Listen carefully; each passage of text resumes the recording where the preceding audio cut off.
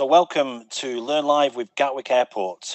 Fantastic for you to join us this morning here live from Gatwick Airport. It's a great pleasure to introduce Stewart Wingate, who's the Chief Executive of Gatwick Airport. Good morning, Stewart. Morning, Stuart. You look like you're maybe in your office this morning, is that correct? Yeah, we're broadcasting from my office in Gatwick. We've got a little view over the airfield from the office, and I've got to tell you, it's very foggy at Gatwick this morning. So we're having quite a challenging morning with the aeroplanes. Well, you can tell us a little bit more about that, because I'm sure every day is different. So we can talk about what that means, a bit of fog. How does it affect your operation today? So maybe we can discuss that in a bit more detail, if that's okay, a little later on in the interview. Yeah, that'd be fine. Now, we're going to find out a little bit more about you. You've got some great questions already in from the schools. I just want to remind the schools, this is your chance, a fantastic chance to actually ask a question of a chief executive at Gatwick Airport, Stewart Wingate, to ask him about his career, ask him about what it's like. And we've had one great question already, which I know you'll love, Stewart, is, have you got the biggest office at Gatwick? Well, we don't really have very big offices at Gatwick, funny enough. We try to run a really efficient operation. So I do have an office, but I must be honest, it's not the biggest one that I've had in my career, but I'm very happy with the office that I've got, and I'm delighted with the view. I'm sure you are. Well, hopefully we get to see a little bit more of that. But that's a lovely question. Thank you to that. And I think it was actually from a student who clearly has got an eye on being a CEO in the future. Maybe I should get a bigger office. I'll have a think about that. Okay. Now, before we get into the questions, we have a short video. It's something that you did early this year, actually, during National Apprenticeship Week, called Back to the Floor, if you remember doing that. Well, I do remember doing that, and that was with some of the current apprenticeship people that we have at the airport today. And obviously for myself, it was Back to the Floor, because my very first job was an apprentice in the northeast of England, working for a company called Black & Decker. Oh, well, we've got all that detail here, so looking forward to asking you about that, how you started off as an electrician, and now look at you, Chief Executive of Gatwick Airport. So I'm sure it's a remarkable journey, which we'll talk about. Now, before we get into that, though, Stuart, I'd just like to play this short video, find out what you got up to on that day.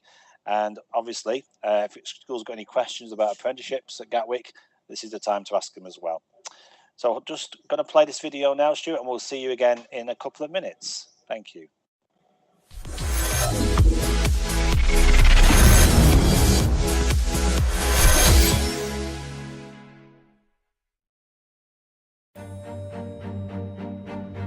Well, for me, I left school when I was 16, so I took up an apprenticeship scheme with Black & Decker as an electrician, fitter. So I went day release to college, and then from that I went on and studied for a degree and a master's degree at university, and it's really been the bedrock of my career. My name's Stewart Wingate. I'm the Chief Executive of Gatwick Airport. Today I've been hosted by our engineering apprentices, which was great, in the motor transport area of the airport. We have lots of vehicles and generators on the airport. So Lucy was just taking me through some of the maintenance that she's been leading on one of our big fire appliances, a very expensive piece of equipment. And Tom's taken me through some of the standby power generator units that we use in the event that we need to put temporary power into the airport facilities. So very interesting for me, and thoroughly enjoyed it. Hi, I'm Tom Charman. I'm an electrical engineering apprentice at Gatwick Airport. My current day-to-day role at Gatwick is looking after a range of engineering equipment across the airport. We have vehicles such as a fire engine at MT, some baggage equipment in the terminal. So Stuart's been with us today. We've had a generator run, which is a standby generator that we use out on the airfield. It's a quarterly run to ensure that everything's working. We load test it to ensure that the outputs are correct. Hi, I'm Lucy Weatherall. I'm currently working at Motor Transport Engineering as an apprentice. Really enjoying it here. I'm currently studying at East Surrey College. My apprenticeship will help me in the future because it's already helped me with team building, so hopefully in the future I will carry on doing what I'm doing now. The reason I decided to do an apprenticeship at Gatwick was due to the wide-ranging, diverse engineering sections available to me. The one piece of advice that I would give other apprentices looking to join Gatwick would be to create a portfolio of prior engineering experience they've gained that they can bring to Gatwick to show that you're keen and interested in engineering. Well, I think apprenticeship programs are incredibly important at Gatwick, but also just more generally across industry. I think it gives young people an excellent way of getting some vocational training, but also doing academic training as well, and it creates a very strong foundation for them. My advice to young people on apprenticeship schemes is always to try to maximise their own potential. So if they decide that they want to become a technician, that's absolutely fine. But if they decide, like I did, that they want to go on and do graduate training and maybe postgraduate training, that's fine as well. But it's all really about trying to maximise that individual's potential.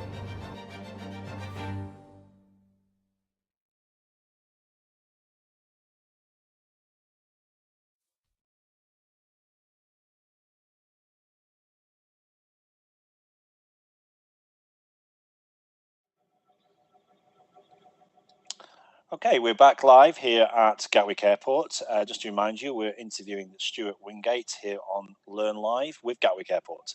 Good morning, Stewart. Morning, Stuart. It was a great video to see that, actually. You must have had a lot of fun making it, going back to being an apprentice. Well, it was a lot of fun, and of course, when you're with our apprentices, they've all been really carefully selected. They're all very energetic, and they're all at the beginning of their careers. So for me, it's great to go and spend some time with them. And if you look at our business, we've got all sorts of people who, over the last 40 years, have gone through the apprenticeship schemes, some of whom are in quite senior roles now at the airport. But many of our past apprentices have had very long careers and continue to work at the airport. So that's what I'm hopeful for our current crop of apprentices. Because, of course, I don't know if many people know this, but you actually started as an apprentice yourself, didn't you, back in the day? Just talk us about that and how you got that job in the first place. Well, I grew up in the 1970s and the 1980s. So I was born in the early 70s. I left school in 1988 when I was 16. And I decided that what I wanted to do was to take an apprenticeship, to become an electrician and a mechanical fitter. So it was a dual skill technician apprenticeship with Black & Decker, the power tool manufacturer. They had a big manufacturing facility very close to where I lived. And they had this apprenticeship scheme which had two outcomes. One was after 4 years, you'd be skilled as a technician.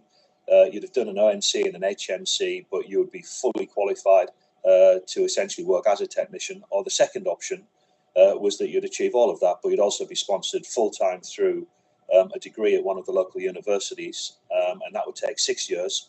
And you'd come out as a graduate apprentice, and that's exactly what I ended up doing. So it was fantastic for me. And when I look back, some of the skill sets that I learned as an apprentice, the very practical skills, obviously in your personal life come in very handy, but it does mean when you do a job like the one that I do now, when I go and meet people who work on our front line, particularly in the technical areas, I can have very practical and sensible conversations with them because I've got a good awareness of what it is to be a technician.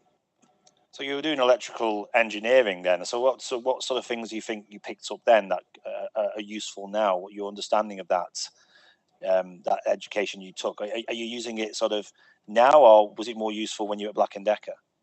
Well, it's very useful when I was at Black & Decker because we produced millions, literally millions of power tools. We had a very large manufacturing facility. It turned over about £600 million and employed about 2,500 people. And produced about 15 million power tools that were shipped globally every year. And it had a very heavy engineering bias in terms of the design of the product, but also the setting up of the manufacturing lines, the manufacturing process itself, and also the quality engineering associated with the products, and of course all of the supply chain and logistics elements. And having a good grounding in a STEM subject with a heavy engineering and mathematics basis meant that in the Black & Decker environment, you were really poised for success. But even in the airport has a lot of engineering behind the scenes and an awful lot of technology, and increasingly more and more IT. You know, if you think about, for example, our baggage system, it's a really heavy engineering part of what we do. So it means you have a very good awareness of key aspects of an airport business as well. Well, we can tell from the questions that are coming in that people are looking to the future already about what you may need.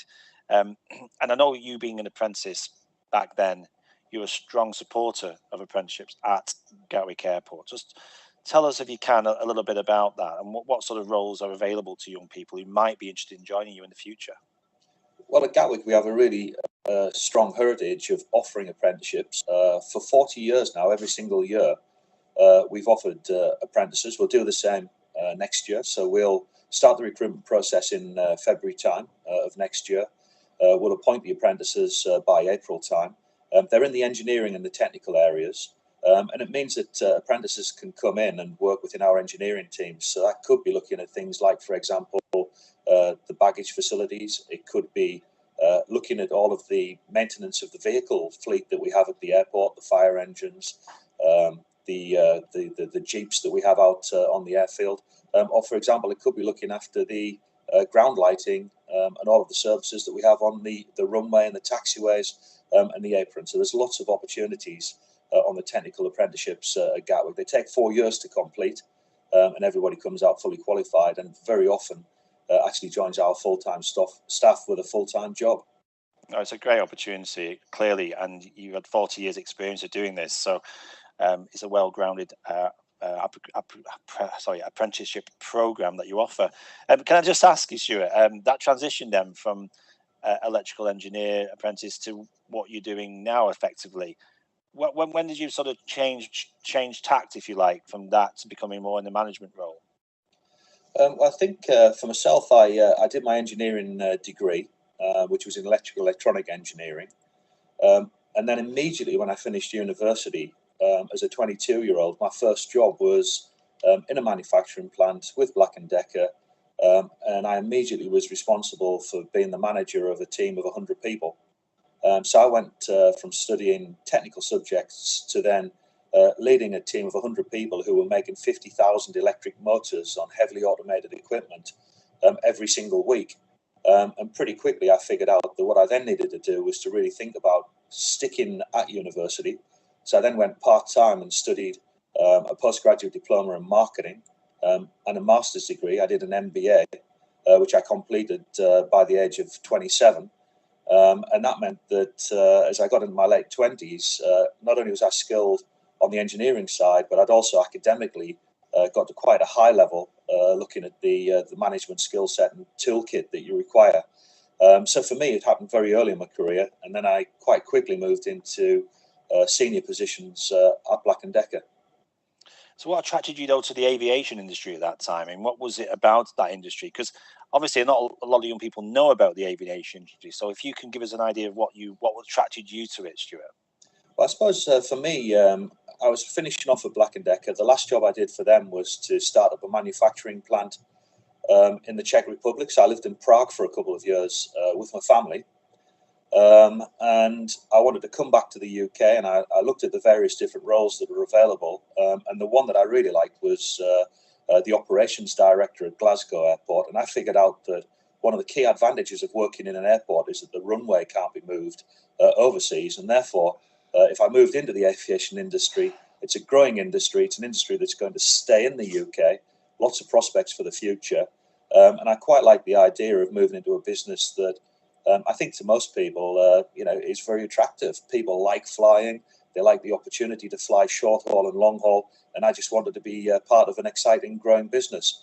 And I've stuck at it now for the last 15 years. Fantastic. We're going to take some of the questions. Just to remind the schools, this is your chance to ask Stewart Wingate, CEO at Gatwick, some questions about what he's done in the past and what he's doing now, and maybe opportunities at Gatwick as well. Stewart, if you don't mind, we're going to take some of these questions we've had in. We've had lots in already. I'm going to start off with this. Can you remember your first day at work and how you felt about it? That was from F. Grant, B9. Thank you, F. Grant. So your first day, what was it like, Stewart? Gatwick, let's take the Glasgow Airport one, because that was probably a bit different to what you've done before. So can you remember how you felt on your first day?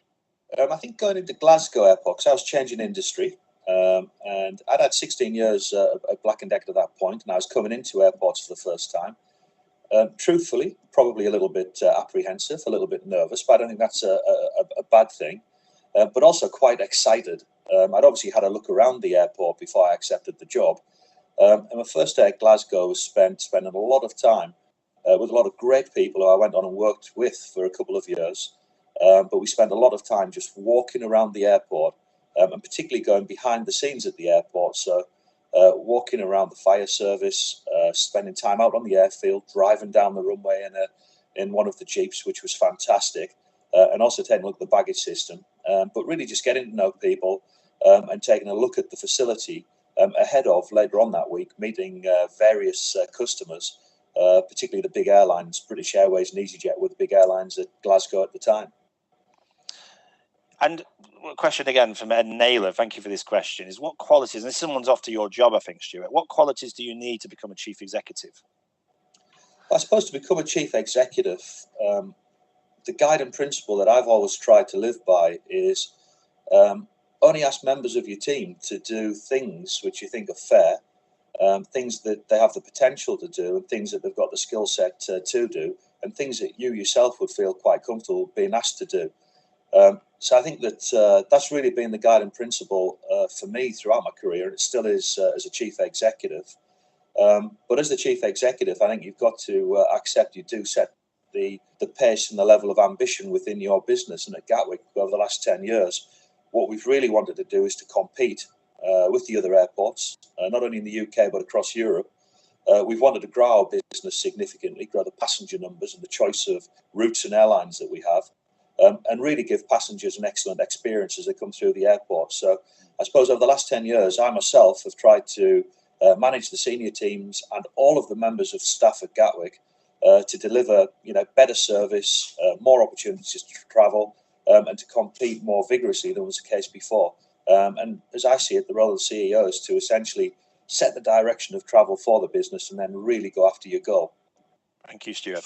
Question for Mr. Jacob in year 9. What do apprentices bring to your business? I know we've touched on this already a little, but how valuable are they to Gatwick Airport? I think apprenticeships are incredibly valuable because they give you life skills, not just the technical skill sets, but also the camaraderie. I'm personally still in touch with many of the apprentices that I went through my apprenticeship with, and they're now all over the world in all sorts of different companies, at all sorts of different levels of businesses, many doing at least as successfully as I've done. And it gives you a massive friendship group going forwards. But I think for Gatwick, the real importance of the apprenticeship scheme is it's also a pipeline for our skill set going forwards. So what we really like to do is to bring people into our business at a young age, really back them, get them world-class training, and then give them opportunities to grow within our business. And as I said earlier, still about 33% of all of our apprentices that we've ever hired work within our business, which is fantastic given that we've been doing this for 40 years, and many of them in senior roles. No, that's great. And yourself, the way you've gone through the ranks as well to get to where you are, anything's possible, isn't it? If you've got the drive and the willingness to learn. I think you really have to have a willingness to learn. I think you never stop learning. I think it's incredibly important that you really invest in your potential and your training. And for me, the way in which I did that was on the practical skills of the apprenticeship, but also academically, just pushing myself. And when certain of my colleagues decided they'd done enough through college or they'd done enough through university, I just kept going and went right the way through to the master's degree level. It's not for everybody, but I would urge, particularly young people coming to the workplace today, which is incredibly competitive. You've got to try to differentiate yourself, and one of the ways in which you can do that is by having drive, but also by having the right qualifications that are your bedrock to propel you into your future career. And then it's a matter of choice. How senior do you want to go? Because obviously there are sacrifices that you do make if you take on senior roles. There are also benefits that you get, of course. No, we had a broadcast at your airport last week, and it was great. It's great to be back, by the way, today, Stuart. And really appreciate your time this morning. And we were actually out on the runway with Cam Nee, your head of operations down there, actually on the runway as the planes are coming in behind. It's such an exciting place to work. And can I just ask, when you're looking out your office window, I mean, do you ever think about where you started, in Durham and where you are now? Does it ever do you ever get like a reality check sometimes? I think for me, it's really important to keep your feet firmly on the ground. I'm very happy with the role that I do. I've had a lot of success at Gatwick, but that's really been because I've got a great team of people who support me. And when I look out of the window, I think the way I would describe it is I just feel privileged to be here every day, working in a fantastic business, which is giving people the opportunity to travel for leisure, but also giving local businesses the opportunity to import and export. And really what we do at Gatwick is incredibly important to the local economy. And I think along with many of my colleagues, if you would ask people who work at Gatwick, I think they would say, look, we feel really privileged to be in this position of helping passengers, be it for business or leisure, go about their journeys. And we love what we do. So just got a few more questions, if I may, before we finish. One of the questions is around how many people work there. So can you give you a sense of size? Because you say it's a big operation. Roughly how many people work for you? Well, we are a big operation. If you look at the total number of people who work at the airport, it's approximately 30,000 people. So that's a lot of people, more or less the population of quite a large town. There's a whole variety of different groups of people who work on the airport. About 2,500 to 3,000 people work on the airport team. So that's my team. But then we have all of the cabin crew with the airlines. We have all of the pilots. We have the immigration officials on the border. We even have our own police force. We have our fire service teams. We have all of the retail staff. We have all of the handling staff, turning the planes around on the airfield, checking people in, and looking after all of the baggage. And of course, we have all of the engineering staff who maintain the aircraft, maintain the airfield, maintain the terminal facilities. So we're a really big employer. I think in the southeast of England, we're actually the biggest single site employer. So lots of opportunities, not just in the airport business, but in all of the companies that operate and provide people's livelihoods here. I just want to say thank you to Mr. Jacob for that question. Miss Yates's class, really nice question here. Do you like flying? And if so, what is your favourite part, Stuart? I really don't think I should be doing this job if I don't like flying. So I don't think it'll come as a surprise that I really, really do like flying. You might be surprised to hear that I was probably 14 years old the first time I flew. But I've certainly made up for it since then.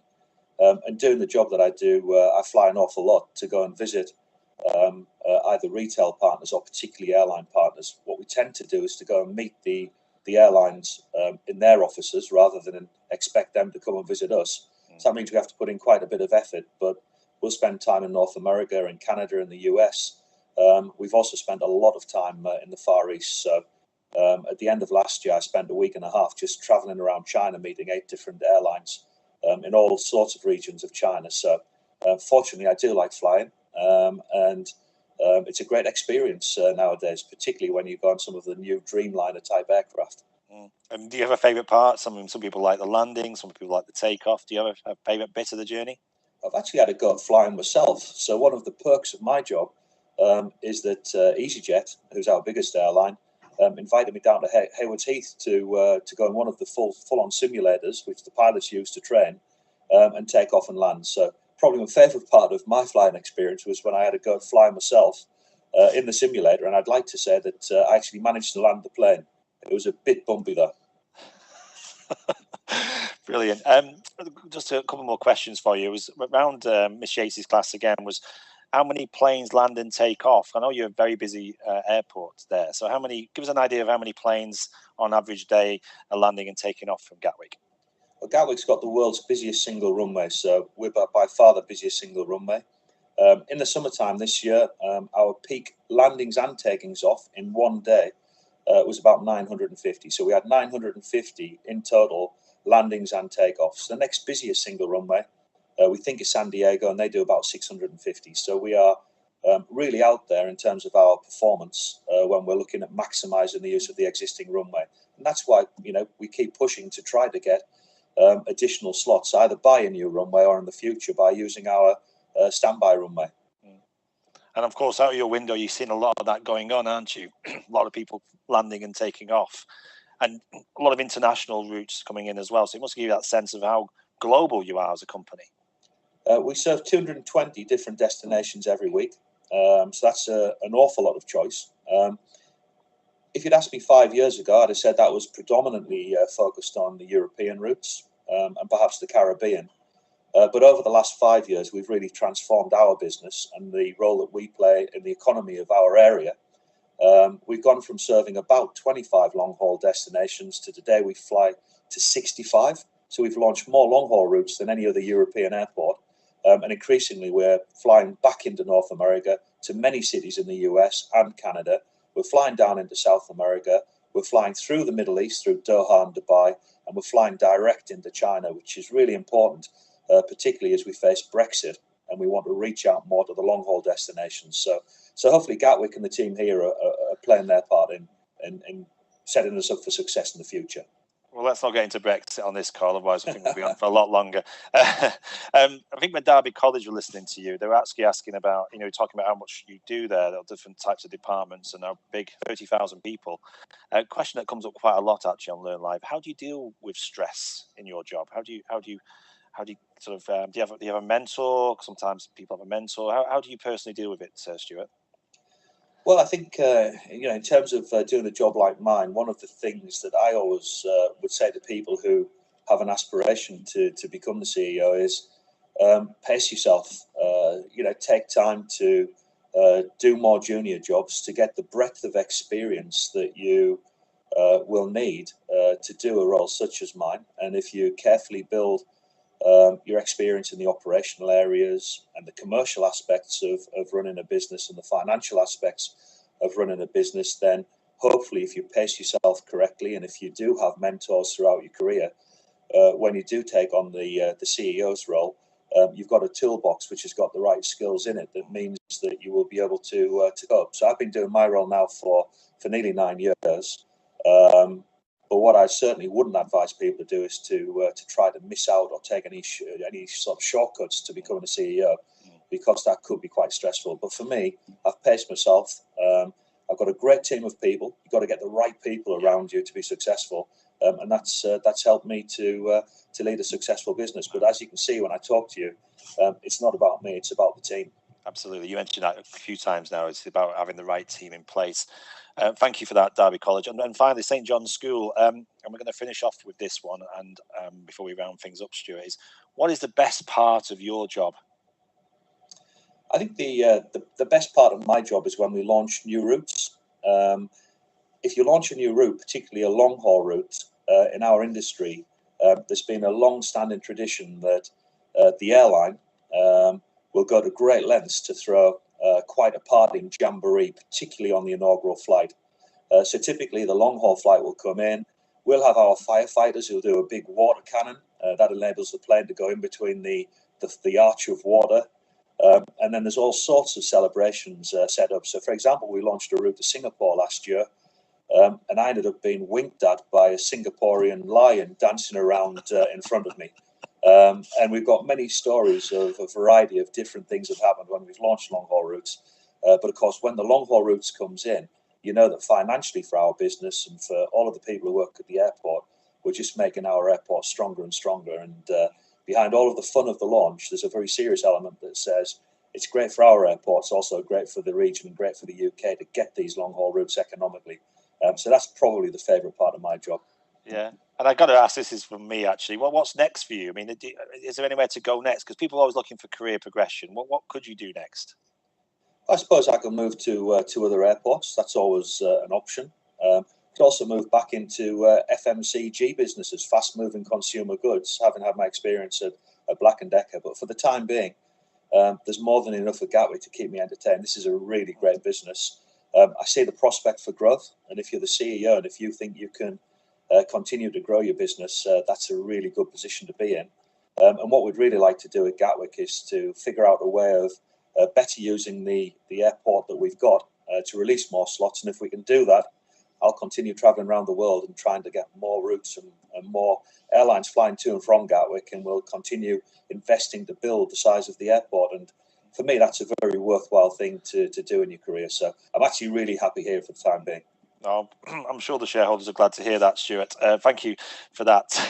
I just want to finally ask you, because we've got a lot of young people, obviously, who are either watching this now or going to watch it in the future. You started off, 16, leaving school, becoming an apprentice at Black & Decker. What can you say to these young people now who are maybe 14, 15, or going into their final year of school? What can we do to try and inspire them to take a similar route, to take that apprenticeship route and get some experience in the workplace? I think for me, I went to my local state school. I thoroughly enjoyed being at the local state school.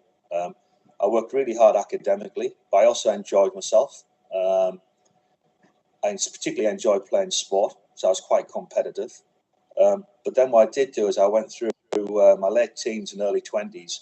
I just kept my head down. I kept working quite hard at my studies. And then when I went into the workplace, again, I tried to work hard, but I tried to do that in a respectful way to people who were members of the teams that I was on. And then when I started to lead other people, I tried to lead people in a way in which I would like to be led myself. And they're really the guiding principles that I've tried to maintain through my career. Work hard and play hard. But whatever you do, make sure you have fun in the job that you're doing, because you work for a lot of years. And for me, if you're not enjoying the role that you're doing, you should really go back to the drawing board. I've been lucky. Each and every role I've done, which has been very different, I've really enjoyed. But I have worked hard, and I've really enjoyed the work that I do. And that would be what I'd be asking younger people to think about. But you don't achieve anything without hard work. You've got to have bounce back ability and really stick in. Well, thank you so much for that, Stewart. Really inspiring. And I'm sure many young people will are in a similar position to you, maybe not knowing what to do next, and that's going to be very helpful for them. I just want to also say thank you to the schools this morning for being part of this and for your questions that you've sent in. It's been great to meet you, Stewart. Thank you so much for your time this morning, and hopefully we can have you back on again in the future. Yeah, we can certainly do that, Stewart. And thanks for your time as well. Good questions. Oh, they're great. And enjoy the rest of your day. Thank you, Stewart. Thanks a lot.